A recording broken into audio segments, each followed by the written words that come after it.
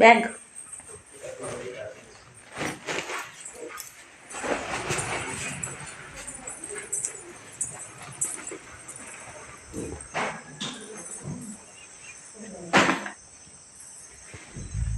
ರಾಮಣ್ಣ ರಾಮಣ್ಣ ಅಂತೀನಿ ಕೆಂದ ಲೈಟ್ಗಳು ಆಫ್ ಮಾಡೋಣ ಇಲ್ಲ ಆಫ್ ಮಾಡೋಣ.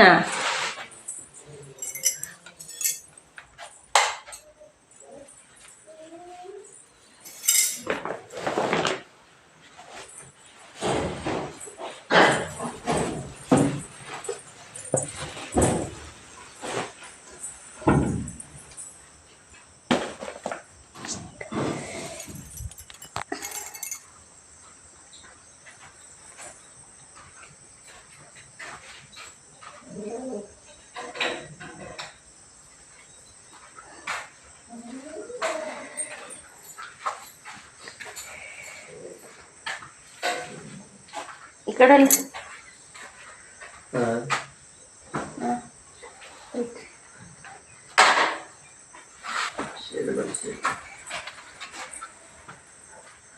ವೇಸ್ಟು ಇಲ್ಲಿ ಈಚೆ ಹಿಂಗೆ ಹಾಕ್ಬಾರ್ದು. ನೋಡಿದೀಯ ಇದು ಕ್ರೈಮ್ ಸ್ಟೋರಿ ಅಲ್ಲ, ಇದು ಶಾಂತಂ ಪಾಪಂ ಪೇಸ್ಟ್ ಒಳಕ್ಕೆ ವಿಷ ಹಾಕ್ಬಿಟ್ಟೈತೆ.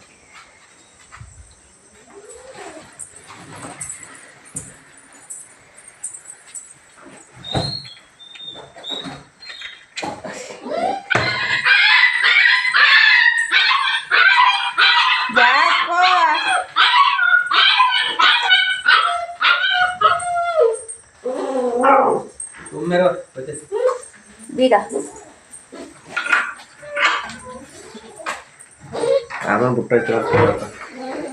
ನಾನೊಂದ್ಸಲಿ ನಮ್ಮ ಆರಾಮನ್ ಕರ್ಕೊಂಡು ಬಂದಿನಲ್ಲ ಊರಿ ಕರ್ಕೊಳ್ಳೋದು ಅತ್ಲಾಗೆ ಆಗ ಅದ್ರೊಳಗೆ ಕುಣ್ಸ್ಕ ಬರ್ಬೇಕಾದ್ರೆ ಇಟ್ಕೊಂಬಂದ್ರೆ ಆಯ್ತದ ಅದಕ್ಕೆ.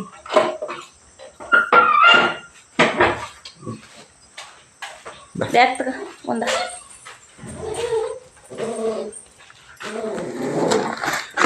ನೀನು ಫೋನ್ ತಗೊಂಡೇನಪ್ಪ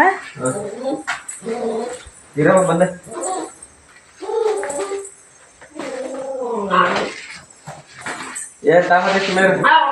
ಅದೇ ಬಾಯ್ ಅಲ್ತಾನೆ ಬಾಯ್ ಎಂದ ಬಾಯ್ ಬಾಯ್.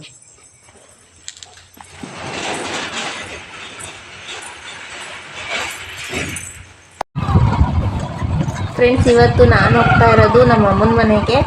ಇವತ್ತು ಭಾನುವಾರ ಹಬ್ಬ ಇದೆ. ನಮ್ಮ ಅಮ್ಮನಿಗೆ ಇವತ್ತು ಎಡೆ ಇಡ್ತೀವಿ. ಅದಕ್ಕೋಸ್ಕರ ನಾನು ಊರಿಗೆ ಹೊರಟಿದ್ದೆ. ನಾನು ಎಷ್ಟು ಖುಷಿಯಾಗಿ ಹೊರಟಿದ್ದೆ ಅಮ್ಮನ ಮನೆಗೆ ಅಂತ ಅಂದ್ಬಿಟ್ಟು. ನೋಡೋಣ ಏನಾಗುತ್ತೆ ಅಂತ ಅಂದ್ಬಿಟ್ಟು, ಅದೇ ಖುಷಿ ಇರುತ್ತಾ ಬರಬೇಕಾದ್ರೆ ಅಂತ ಅಂದ್ಬಿಟ್ಟು ಹೇಳ್ತೀನಿ ವಿಡಿಯೋದಲ್ಲಿ.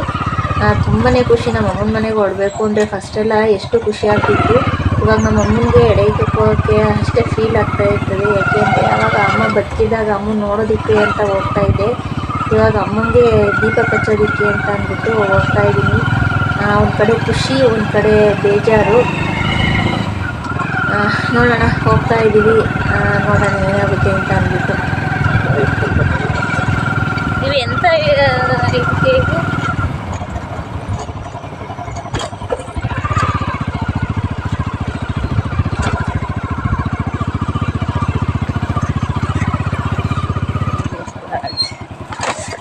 ರೋಡ್ ಭಯಂಕರ.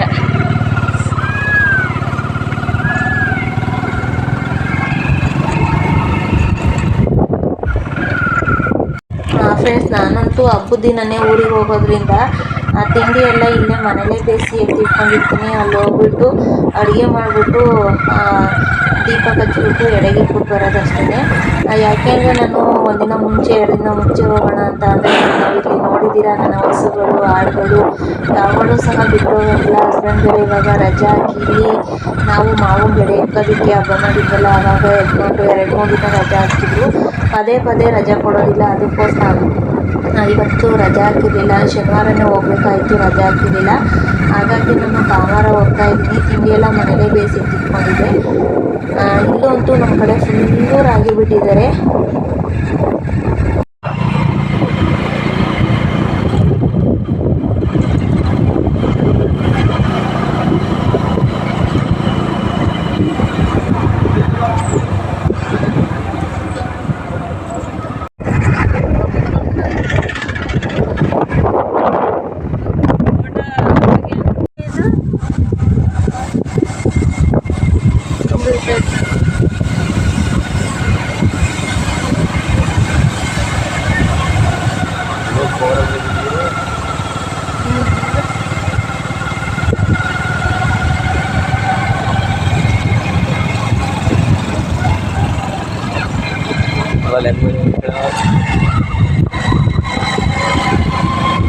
ಪೈಪ್ ಹೊಡೆದ ಇಲ್ಲ ನೀರು ಬಿಟ್ಟಾರ ಈ ಬಿಟ್ಟಲ್ಲ ಅದು ಅದೇನೋ ಅಂತಾರಲ್ಲ. ಫ್ರೆಂಡ್ಸ್ ಇವಾಗ ಟೈಮು 11:30 ಆಗೈತೆ. ಏನಪ್ಪ ಅಂತ ಅಂದರೆ ನಾನು ಅಲ್ಲೇ ವಿಡಿಯೋನ ಸ್ಟಾರ್ಟ್ ಮಾಡಿದ್ದೆ. ನಾನು ಅಮ್ಮನ ಮನೆಗೆ ಬಂದಿದ್ದೀನಿ ಇವತ್ತು, ಪಿತೃಪಕ್ಷ. ಅಮ್ಮನಿಗೆ ಇವತ್ತು ಎಡೆ ಇಕ್ಬೇಕಲ್ಲ, ಊರಿಗೆ ಬಂದಿದ್ದೀನಿ. ಏನು ಮಾಡ್ತಿದ್ದೀನಿ ಅಂತ ಇವಾಗ ಏನು ಮಾಡ್ತಾಯಿದ್ದೀನಿ ಅಂತ ಅಂದರೆ, ಈ ಕಡೆ ಚಿಕನ್ ಕ್ಲೀನ್ ಮಾಡೋದಕ್ಕೆ ನೀರು ಇಟ್ಟಿದ್ದೀನಿ. ನೆಕ್ಸ್ಟು ಬಜ್ಜಿ ಮೆಣಸಿನ್ಕಾಯಿ ಕಟ್ ಮಾಡಿ ಇಟ್ಕೊಂಡಿದ್ದೀನಿ, ಬಜ್ಜಿ ಮಾಡೋಣ ಅಂತ. ತಿಂಡಿ ಎಲ್ಲ ನಾನು ಮನೇಲೇ ಬೇಯಿಸಿದ್ದೆ, ಅಲ್ಲೇ ತೊಗೊಂಬಂದಿದ್ದೀನಿ. ಮತ್ತು ಮೀನು ತೊಗೊಂಬಂದಿದ್ದಾರೆ, ಕಬಾಬ್ ಮಾಡಬೇಕು. ಅಪ್ಪನ ಇವಾಗ ಕಬಾಬ್ ಪ್ಯಾಕೆಟ್ ತೊಗೊಂಬರೋಕ್ಕೆ, ಕಬಾಬ್ ಮಸಾಲೆ ಪ್ಯಾಕೆಟ್ ತೊಗೊಂಬರೋದಕ್ಕೆ ಕಳಿಸಿದ್ದೀನಿ. ನೆಕ್ಸ್ಟು ಇಲ್ಲಿ ನೋಡ್ಬೋದು ಚಿಕನ್ನು, ಇದನ್ನು ಒಂದು ಪಾತ್ರೆಗೆ ಹಾಕಿ ಇಟ್ಟಿದ್ದೀನಿ. ಇವಾಗ ಫಿಶ್ ಕಬಾಬು ಮತ್ತು ಚಿಕನ್ ಸಾಂಬಾರು ಇಷ್ಟನ್ನು ಮಾಡ್ತೀನಿ.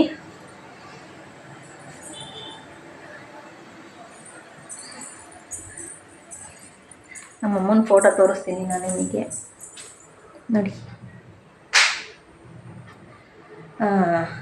ನಮ್ಮಮ್ಮ ತಿರೋಗಿ ಆಲ್ರೆಡಿ ಎಷ್ಟು 3 ವರ್ಷ, 3 ವರ್ಷದ್ದು ಎಡೆ. ನಮ್ಮಮ್ಮ ತಿರೋಗಿ ಬಂದು ಅಲ್ಲಿಂದ ಊರಿಂದ ಬಂದು ಮತ್ತೆ ಸ್ನಾನ ಮಾಡಿಕೊಂಡೆ, ಅಡುಗೆ ಮಾಡಬೇಕಲ್ಲ ಅಂತ. ಬೆಳಗ್ಗೆ ನಾನು ಸ್ನಾನ ಮಾಡ್ಕೊಂಡು ಬಂದಿದ್ದೆ ಊರಲ್ಲಿ, ಇವಾಗ ಮತ್ತೆ ಇಲ್ಲಿಗೆ ಬಂದು ಸ್ನಾನ ಮಾಡಿಕೊಂಡೆ. ಇದು ನಮ್ಮಮ್ಮನ ಮನೆ.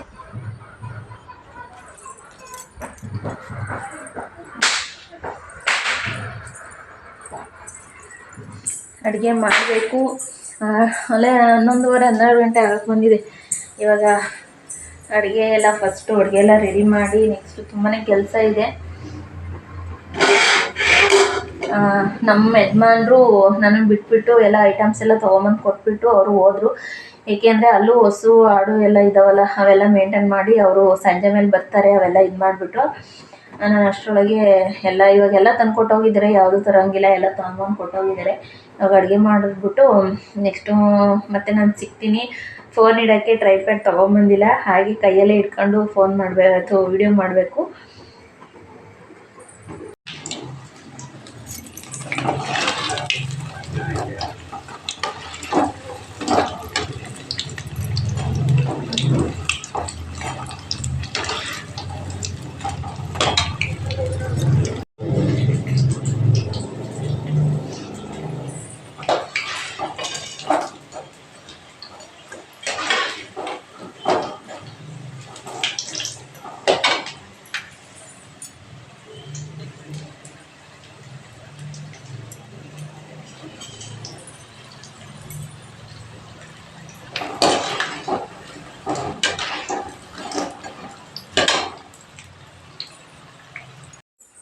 ಫ್ರೆಂಡ್ಸ್, ಹಾಗೆಯೇ ಇವತ್ತು ನಾನು ಸೋಮವಾರ ಬೆಳಗ್ಗೆ ಲಾಗ್ನ ಕಂಟಿನ್ಯೂ ಮಾಡ್ತಾಯಿದ್ದೀನಿ. ಏನಪ್ಪ ಅಂತಂದರೆ, ಹಬ್ಬ ಮುಗಿಸ್ಕೊಂಡು ನಿನ್ನೆ ನೈಟೇ ನಾವು ಬಂದಾಗ 10:30 ಆಗಿತ್ತು. ಇವಾಗ ಅಲ್ಲಿಂದ ಸ್ವಲ್ಪ ಸಾಂಬಾರನ್ನ ತೊಗೊಂಬಂದಿದ್ದೆ, ಅದನ್ನು ಬಿಸಿ ಮಾಡೋದಕ್ಕೆ ಇಟ್ಟಿದ್ದೀನಿ. ಚಪಾತಿ ಇಟ್ಟಿದ್ದೆ, ಸ್ವಲ್ಪ ದೋಸೆ ಇಟ್ಟಿದ್ದೆ, ಅದನ್ನೇ ಬೆಳಗ್ಗೆ ತಿಂಡಿ ಮಾಡೋಣ ಅಂತ ಅಂದ್ಬಿಟ್ಟು ಸಾಂಬಾರನ್ನ ಬಿಸಿ ಮಾಡ್ತಾಯಿದ್ದೆ. ಯಜಮಾನ್ರು ಸಂಜೆ ಬಂದರು, ಅಲ್ಲಿಗೆ ಬಂದು ಊಟ ಮಾಡಿಕೊಂಡು 10:30ರಲ್ಲಿ ನನ್ನ ರಿಟರ್ನ್ ಕರ್ಕೊಂಡ್ಬಿಟ್ಟು ಬಂದರು. ಎಲ್ಲೋದ್ರು ಏನು ಅಂತ ಅಂದರೆ ಒಂದು ಬೇಜಾರು, ನಮ್ಮಮ್ಮನ ಮನೆಗೆ ಹೋದರೆ. ಯಾಕೆ ಅಂತ ಅಂದರೆ 1 ದಿನ 2 ದಿನ ಇದ್ಬಿಟ್ಟು ಬರಬೇಕು, ಇಲ್ಲಾಂದರೆ ತುಂಬ ಬೇಜಾರಾಗುತ್ತೆ. ಇಲ್ಲಿ ನಾನು ಆಡು, ಹೊಸ ದನ ಕರ ಇವೆಲ್ಲ ಸಾಕೊಂಡಿರೋದ್ರಿಂದ ಎಲ್ಲೂ ಇರೋದಕ್ಕಾಗಲ್ಲ. ಇವಾಗ ಸಂಜೆ ರಿಟರ್ನ್ ಬರಬೇಕು.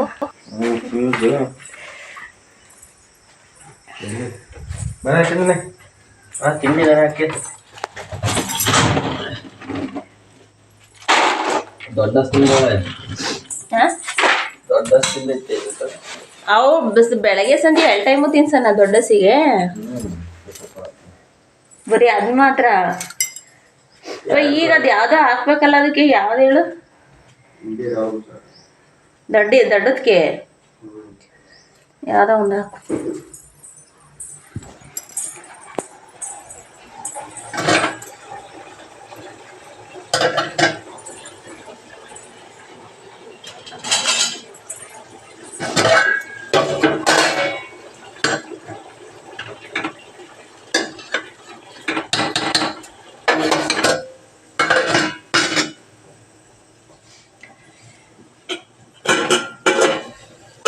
ಬಿಡಬೇಡ ಹಿಂದಕ್ಕೆ.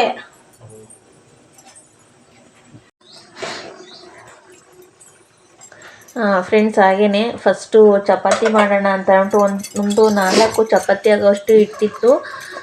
ಫಸ್ಟು ಚಪಾತಿ ಮಾಡೋಣ, ನೆಕ್ಸ್ಟು ದೋಸೆ ಮಾಡೋಣ ಅಂತ ಅಂದ್ಬಿಟ್ಟು ಬೆಳಗಿನ ತಿಂಡಿಗೆ ಇವಾಗ ಚಪಾತಿ ಮಾಡ್ತಾಯಿದ್ದೆ.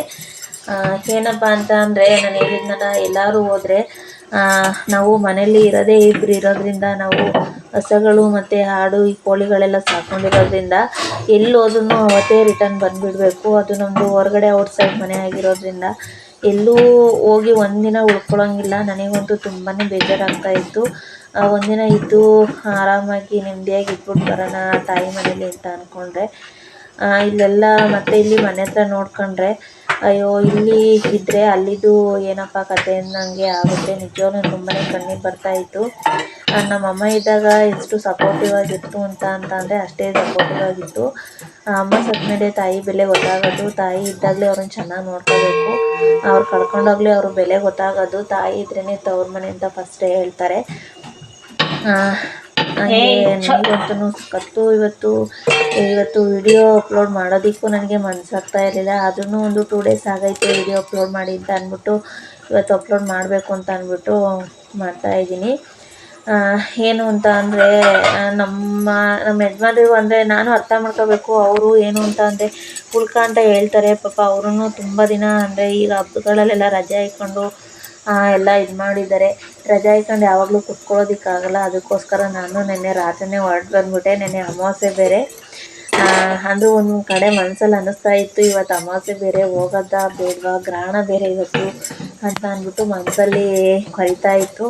ಆದ್ರೂ ಏನು ಮಾಡೋದು, ಆಗಿದ್ದಾಗಲಿ ದೇವ್ರು ನಮ್ಮ ಜೊತೆ ಇದ್ದಾನೆ, ದೇವ್ರು ಕಾಯೋದಕ್ಕೆ ನಮ್ಮ ಬೆನ್ನಿಂದೆ ಇದ್ದಾನೆ ಅಂತ ಅಂದ್ಬಿಟ್ಟು ನಾನು ನಂಬಿರೋ ದೇವರು ಯಾವತ್ತೂ ನಮ್ಮನ್ನು ಕೈ ಬಿಡೋಲ್ಲ, ಕಾಪಾಡ್ತಾನೆ ಅನ್ನೋ ಒಂದು ನಂಬಿಕೆಯಿಂದ ನೈಟ್ 10:30 ಹೊರಟು ಬಂದುಬಿಟ್ಟು ಧೈರ್ಯ ಮಾಡಿಬಿಟ್ಟು ಏನಾರು ಆಗಲಿ ಅಂತ ಅಂದ್ಬಿಟ್ಟು ನಾವು ಸೇಫಾಗಿ ಮನೆಗೆ ಬಂದು ತಲುಪ್ತು. ಖುಷಿ ಆಯಿತು. ಭಗವಂತ ನೀನು ಇದೆಯಾ ನಮ್ಮ ಜೊತೆ ಅಂತ ಅಂದ್ಬಿಟ್ಟು. ಯಾರ್ಯಾರೋ ತುಂಬ ಏನೇನೋ ಹೇಳ್ತಾರೆ, ಅಮಾವಾಸ್ಯೆ ದಿನ ಹೊರಗಡೆ ಹೋಗಬಾರ್ದು ಅಂತ ಅಂದ್ಬಿಟ್ಟೆಲ್ಲ.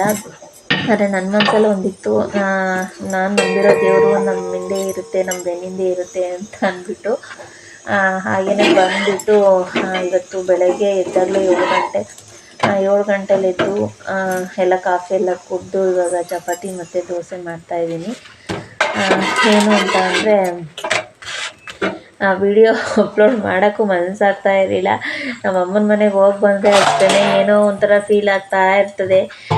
ಇರಬೇಕು ಅಲ್ಲಿ ಅಂತ ಅನ್ನಿಸ್ತಾ ಇರ್ತದೆ. ನೆಕ್ಸ್ಟು ಇಲ್ಲಿ ನಾವು ಅಂದರೆ ನಾವೆಲ್ಲ ಮಾಡ್ಕೊಂಡ್ಬಿಟ್ಟಿದ್ದೀವಲ್ಲ ಇಲ್ಲಿ ಎಲ್ಲ ಈ ಹಸು ದನ ಕರ ಆಡು ಎಲ್ಲ ಬಿಟ್ಬಿಟ್ಟಿರೋದಕ್ಕಾಗಲ್ಲ. ಎಲ್ಲೋದ್ರೂ ಅಷ್ಟೇ ಯಾರು ಏನಾರು ಅಂದ್ಕೊಬೋದು, ಅಯ್ಯೋ ಒಂದಿನ ಇರಲ್ಲ, ಹೊರಗೋಗ್ತಾಳೆ, ಕೆಲಸ ಮಾಡಬೇಕು ಅಂತಲೇ ಹೊರಗೋಗ್ತಾಳೆ ಅಂತ.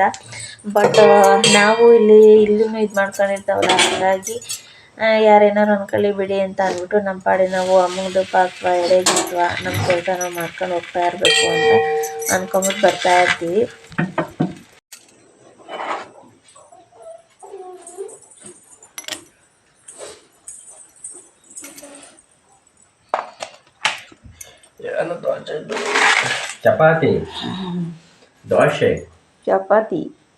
ಚಪಾತಿ ದೋಸೆ ಮಸಾಲೆ ದೋಸೆ ಬನ್ನಿ ಟೇಸ್ಟ್ ಚಪಾತಿ ದೋಸೆ ಇವತ್ತು.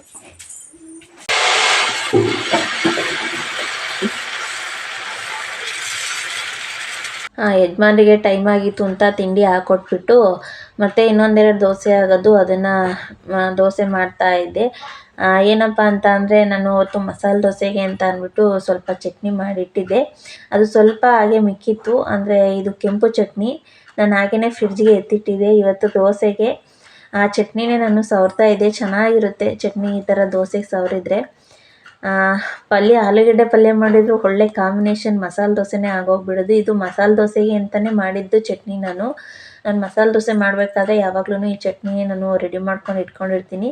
ಈಗಂತೂ ಫ್ರಿಡ್ಜ್ ಇರೋದ್ರಿಂದ ಆವಾಗ ಒಂದಿನ ಆವಾಗ ಎಷ್ಟು ಬೇಕಷ್ಟು ಮಾಡ್ಕೊಂಬಿಟ್ಟು ಇದು ಮಾಡಿವೆ. ಇವಾಗ ಫ್ರಿಡ್ಜಿಗೆ ಒಂದು 2 ದಿನ 3 ದಿನ ಆಗೋಷ್ಟು ಮಾಡಿಟ್ಕೊಂಡ್ರೆ ಫ್ರಿಡ್ಜಲ್ಲಿ ಇರುತ್ತೆ ಅಂತ ಅಂದ್ಬಿಟ್ಟು ಮಾಡಿ ಎತ್ತಿಟ್ಕೊಂಡಿದ್ದೆ. ಫ್ರೆಂಡ್ಸ್ ಹಾಗೆಯೇ ಇವತ್ತಿನ ವಿಡಿಯೋ ಇದಾಗಿತ್ತು. ಪ್ಲೀಸ್ ವಿಡಿಯೋ ಇಷ್ಟ ಆದರೆ ಲೈಕ್ ಮಾಡಿ, ಹೊಸದಾಗಿ ನನ್ನ ಚಾನಲ್ನ ನೋಡ್ತಾ ಇರೋರು ಸಬ್ಸ್ಕ್ರೈಬ್ ಮಾಡಿಕೊಂಡು ಸಪೋರ್ಟ್ ಮಾಡಿ. ಹಾಗೆ ವಿಡಿಯೋ ಇಷ್ಟ ಆದರೆ ನಿಮ್ಮ ಫ್ರೆಂಡ್ಸು ಫ್ಯಾಮಿಲಿ ಮೆಂಬರ್ಸ್ಗೂ ಶೇರ್ ಮಾಡಿ, ದಯವಿಟ್ಟು ಸಪೋರ್ಟ್ ಮಾಡಿ. Thank you friends.